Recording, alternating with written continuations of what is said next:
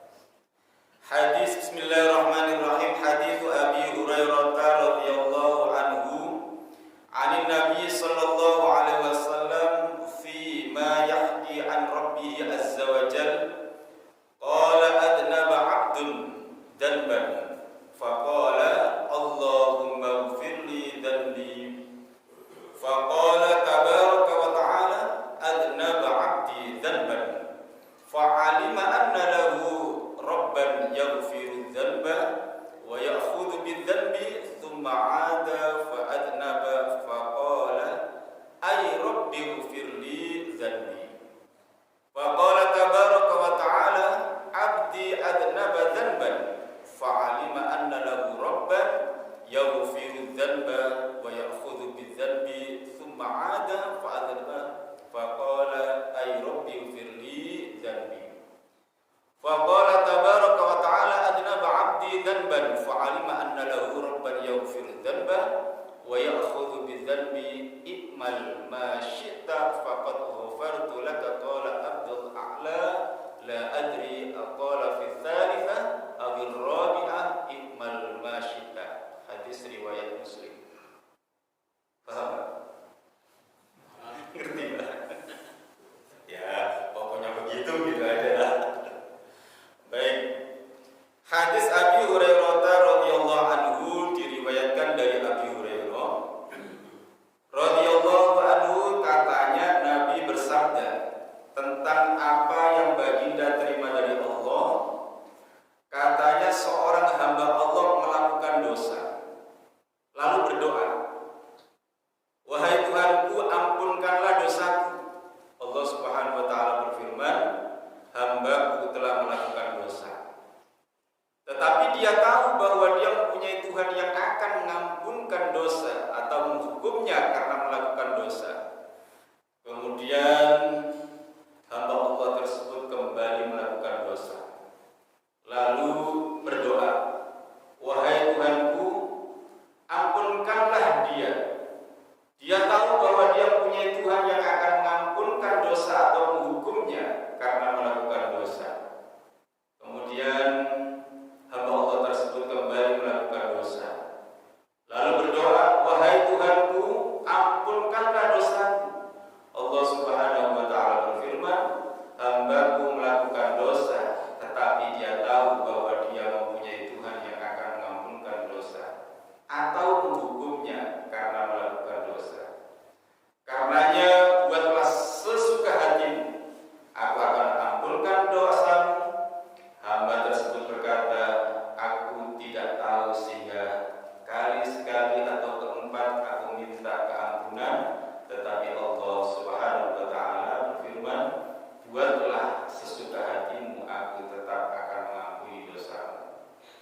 Hadis ini cukup panjang, tapi bisa kita ambil kesimpulan bahwa dosa ini mengisyaratkan kepada perilaku manusia yang namanya kadang-kadang perilaku manusia itu ya melakukan kebaikan, habis itu dosa, habis dosa tobat lagi, dosa tobat lagi, dosa tobat lagi. Kira-kira gitu kan Pak? Kira-kira kecenderungan manusia kan begitu. Maka ada hadisnya, di zaman sahabat sudah ada itu. Jadi manusia itu adalah makhluk yang tidak pernah luput dari perbuatan, dari salah, dosa, sering kali melakukan perbuatan dosa, kemudian minta ampun, salah lagi, minta ampun, salah lagi, minta ampun, terus begitu.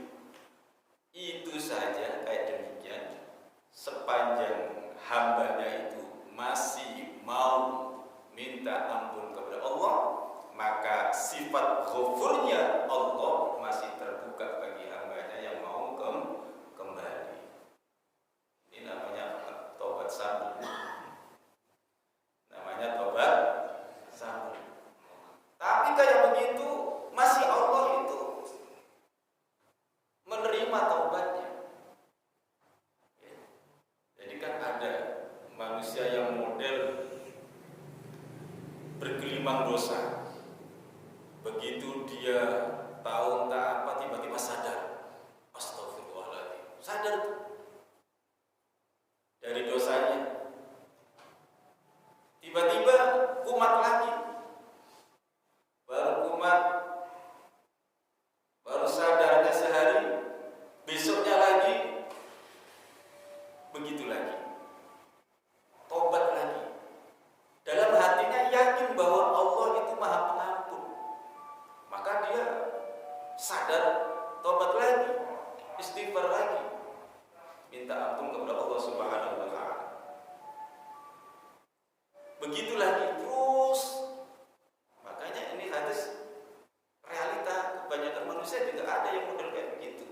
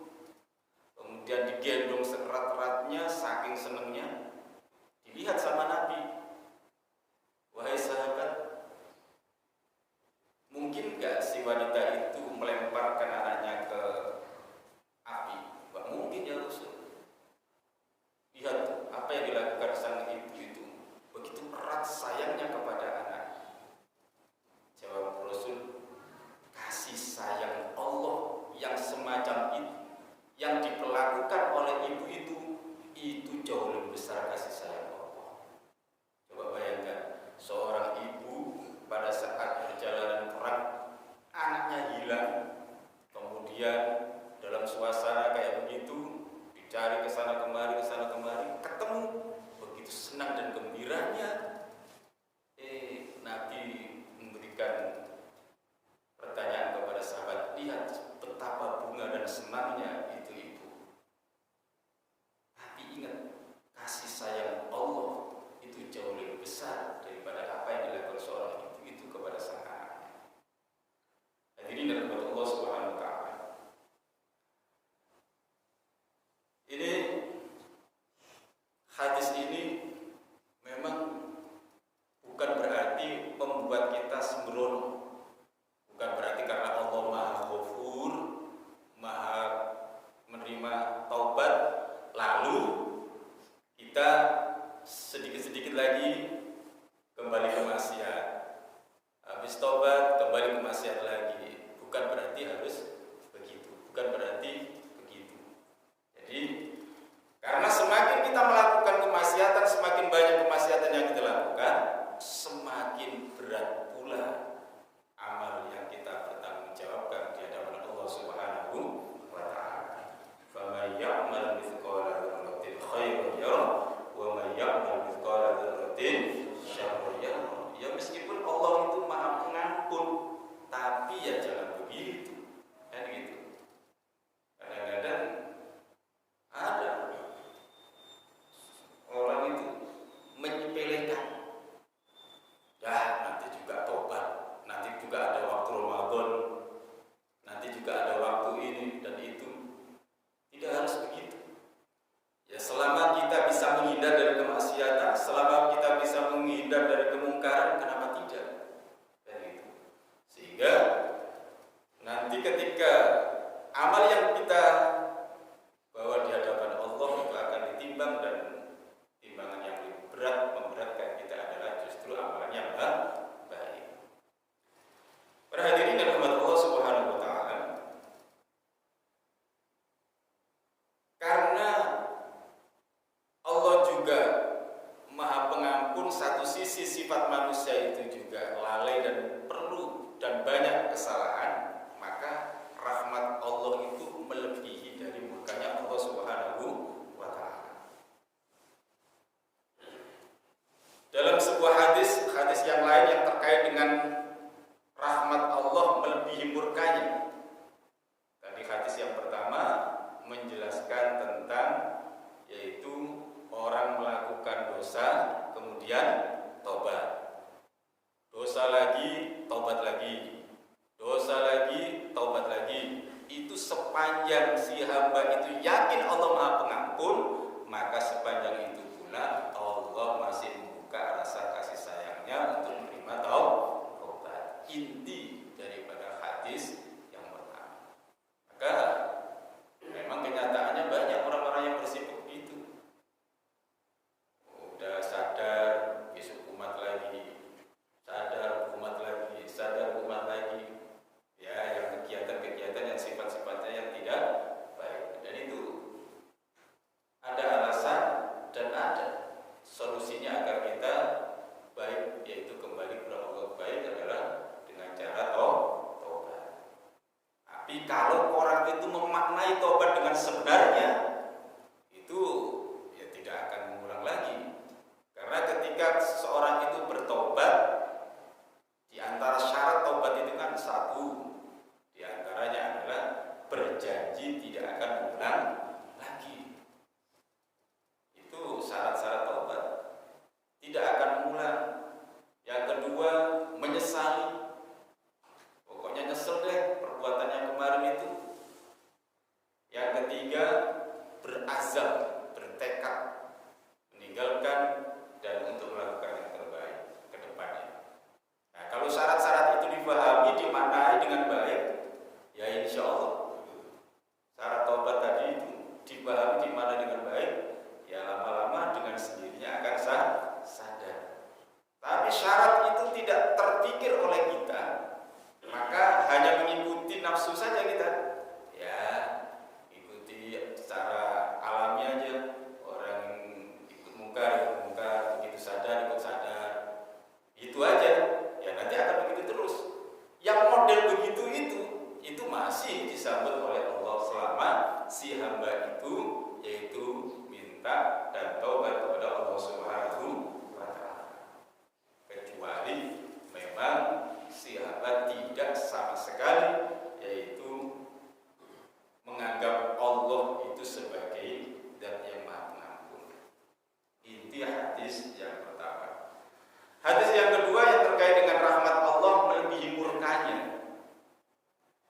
Lamma khalaqallahu al-khalqa kataba fi kitabihi fa huwa 'indahu fawqal 'arsy inna rahmati taghlibu ghadabi.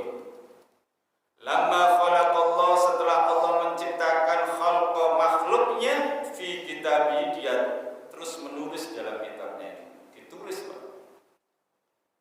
Fa huwa 'indahu fawqal 'arsy, yang berada di sisi di atas arsy, inna rahmati, sesungguhnya rahmatku, taghlibu ghadabi, mengatasi, mengalahkan kemurkaanku. Hadis riwayat Ibnu Majah. Para jemaah yang rahmat Allah Subhanahu wa taala, Allah Subhanahu wa taala itu Tuhan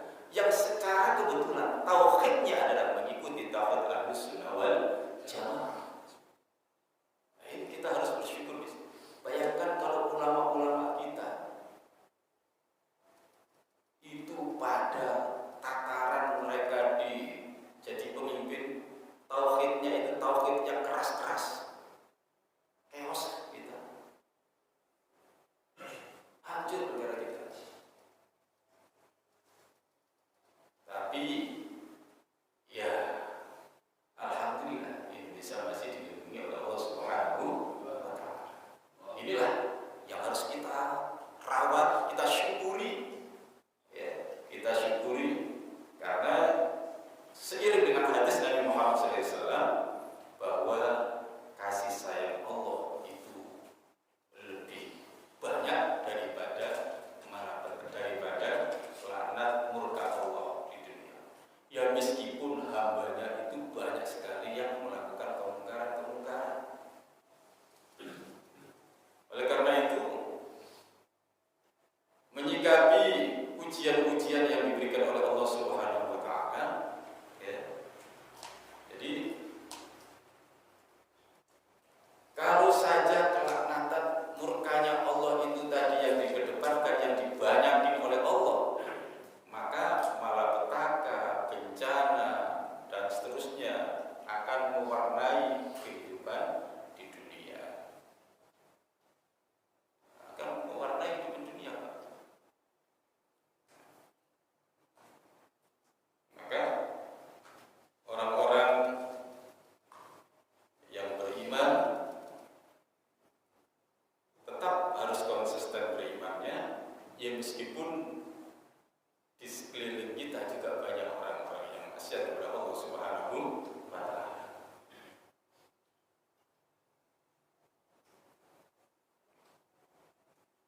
Dalam hal menyikapi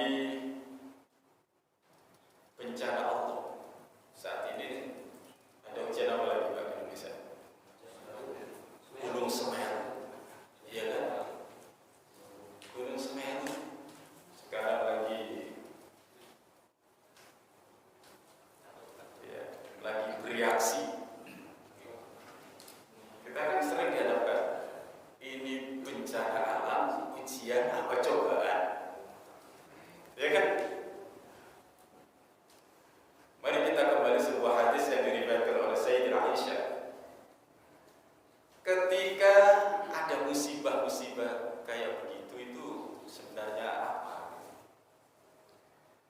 Diriwayatkan dari Sayyidah Aisyah radhiyallahu anha, Rasulullah sallallahu alaihi wasallam bersabda, "Ma yusibul mu'min min syaukatin fama fawqaha illa rafa'ahu Allah biha darajatan aw khatta anhu biha khati'atan." Tidaklah seorang mukmin tertimpa musibah berupa tertusuk duri atau yang lebih dari itu, melainkan Allah akan mengangkat derajatnya sebab musibah tersebut atau Allah menghapuskan dosanya. Jadi kalau menurut hadis ini, kalau ada musibah kayak gitu, enteng Pak menyikapinya, ya, enteng menyikapinya. Yang pertama, dengan adanya musibah secara kebetulan yang menimpa kepada kita secara pribadi atau di lingkungan kita, menyikapinya berdasarkan hadis ini berarti ya mungkin Allah akan mengangkat derajat bangsa Indonesia. Yang kedua, ya mungkin saking banyaknya pelaku dosa itu banyak sekali di antara manusia yang ada di Indonesia ini. Makanya ya dengan ujian yang semacam itu Allah menghapuskan dosa. Jadi kita tarik yang lebih khusus lagi, ujian bencana, ujian cobaan itu kan melimpah kepada siapapun, menimpa kepada hamba yang beriman, dan itu siapapun akan merasakan kayak gitu. Maka menyikapinya ya tadi, yang pertama adalah yang mungkin Allah akan mengangkat derajat. Yang kedua, Allah menghapuskan dosa. Jadi terkait dengan hadis ini ada sebuah kisah. Ada seorang laki-laki, dia punya piaraan burung Raja Wali. Ini burung kesayangan. Setiap kemana-mana selalu ikut burungnya itu, selalu bertengger di baunya. Pokoknya kemana dia pergi selalu bersama dia.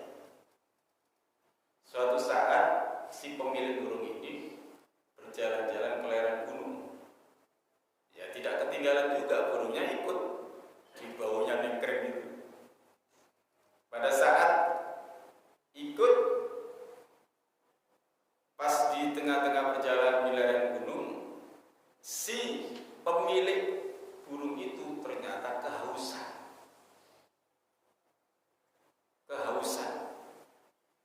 Akhirnya mencari air. Pada saat mencari air di lereng itu, begitu mau ngambil air, udah berhasil mau diminum, ini dijatuhin sama burungnya. Akhirnya nggak jadi minum lagi. Sekali, akhirnya ngambil air lagi tuh. Begitu udah sampai dan terdapatkan mau diminum, ditendang lagi sehingga nggak jadi diminum lagi sama si pemiliknya. Yang ketiga kalinya, begitu dia minum, ditendang lagi. Kesabaran si pemilik burung tadi hilang. Ngambil pisau langsung tabas, mati burung kesayangannya itu. Ditebas mati. Akhirnya dia menyesal melihat darah yang begitu banyak mengalir, menyesal kenapa burung saya tadi saya tebas, padahal itu kesayangan saya. Akhirnya apa yang terjadi, Pak? Ternyata menurut pemikiran si pemilik burung itu merugikan dia kan? Ternyata apa yang dilakukan oleh burung itu tadi itu justru menyelamatkan si pemiliknya. Kenapa? Karena di situ ada ular besar.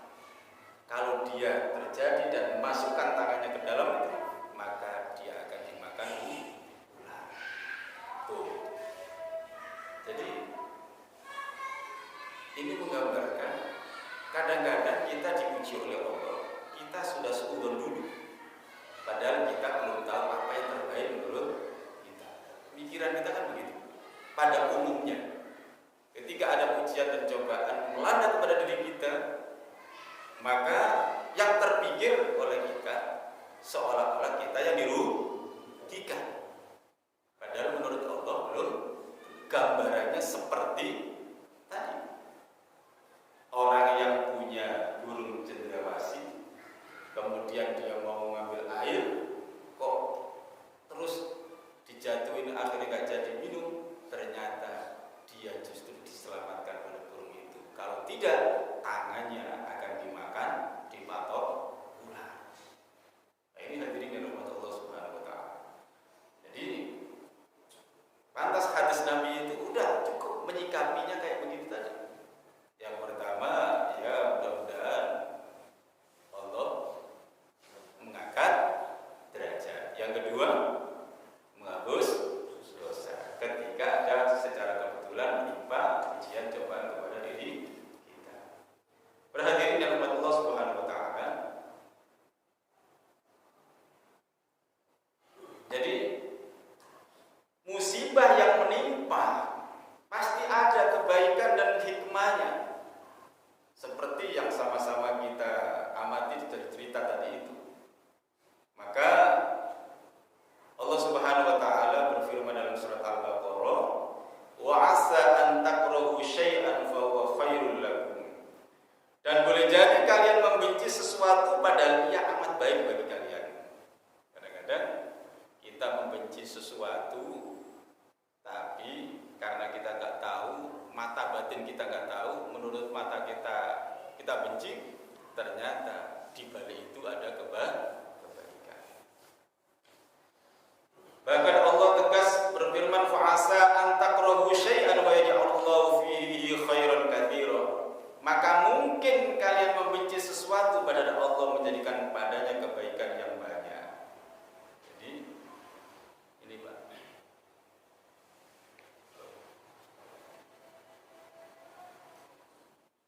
Di hadis yang lain ada dua perkara yang dibenci anak Adam.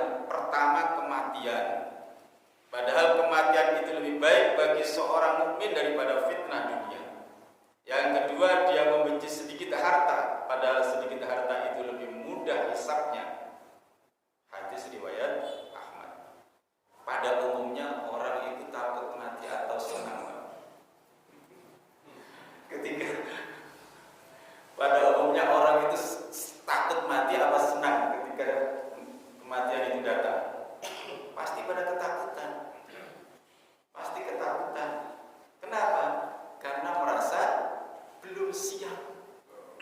siap bekalnya, belum siap ini dan itunya, merasa belum sih siap.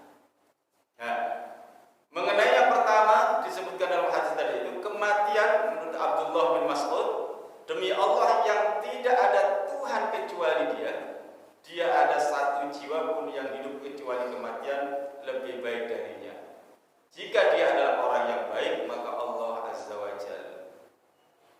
Dan apa yang ada di sisi Allah adalah lebih baik bagi orang-orang yang berbakti. Makanya orang-orang yang soleh ketika ada kematian datang, itu lebih baik. Itu lebih baik. Dan jika ia adalah orang yang jahat, maka Allah Azza wa Jalla. Dan janganlah sekali-kali orang kafir menyangka bahwa kemudian tangguh kami kepada mereka adalah lebih baik bagi mereka. Sesungguhnya kami memberi tangguh kepada mereka adalah supaya bertambah-tambah dosa mereka, dan bagi mereka azab yang menghinakan. Jadi kalau orang yang tidak beriman ketika datang kematian takut, senang lama-lama melakukan kemaksiatan, kezaliman di dunia, padahal itu justru sengaja Allah kasih ditambahin tambah lama-lama hidupnya biar semakin numpuk dosanya.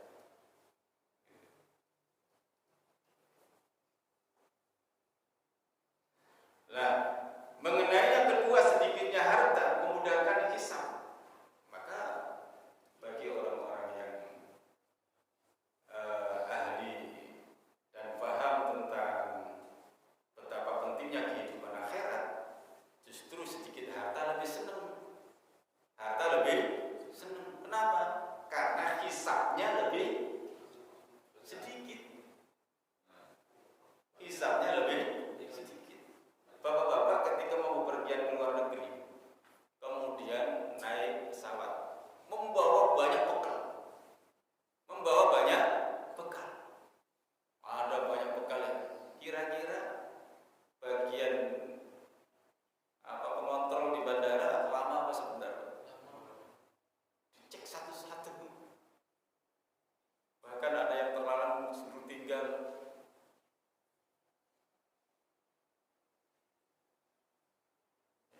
Jadi kalau hartanya banyak di akhirat nanti ternyata hisabnya lebih lama lagi. Maka hadirin Allah Subhanahu wa taala, artinya apa? Bahwa ya secara kebetulan Allah, kita ini yang hidup ini kan sudah merupakan takdir Allah. Ada yang memang sudah Allah takdirkan yang banyak harta, kaya raya, udah kaya raya, ahli sodako. Ada yang sudah takdirkan oleh Allah kaya raya, tapi susah sodako. Ada yang sudah ditakdirkan oleh Allah pas-pasan. Yang penting pas apa aja bisa. Dan itu termasuk hadis Nabi kan